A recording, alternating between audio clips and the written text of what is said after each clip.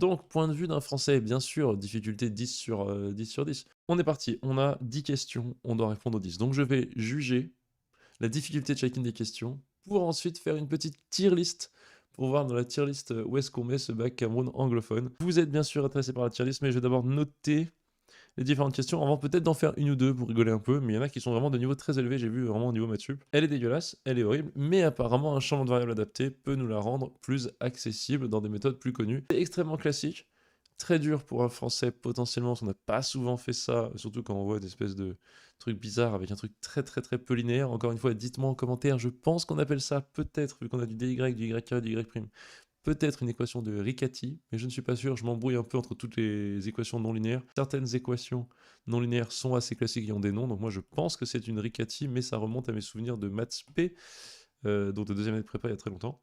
Et en fait, ensuite, ça peut se résoudre. Ensuite, given the differential equation below, donc ça, find the complementary function, the particular integral of the differential equation. Écoutez, je pense que si vous avez déjà fait ce genre d'exo dans l'année, il n'y a aucune surprise, c'est une transformation classique, ça c'est pas très dur. Donc, point de vue d'un Français, bien sûr, difficulté 10 sur, 10 sur 10. Point de vue d'un Camerounais qui a déjà fait ça toute l'année, je sais pas trop. Ou d'un Anglais si vous voulez qui a étudié ça. Est-ce que c'est vraiment si dur, on vous donne la substitution et tout? Je dirais que quand même, donc c'est très dur. Peut-être un 3 sur 5 point de vue A-levels, point de vue de l'épreuve, peut-être un 4 sur 5 pour les Français, 5 sur 5. Allez, je mets un 4 sur 5 en difficulté.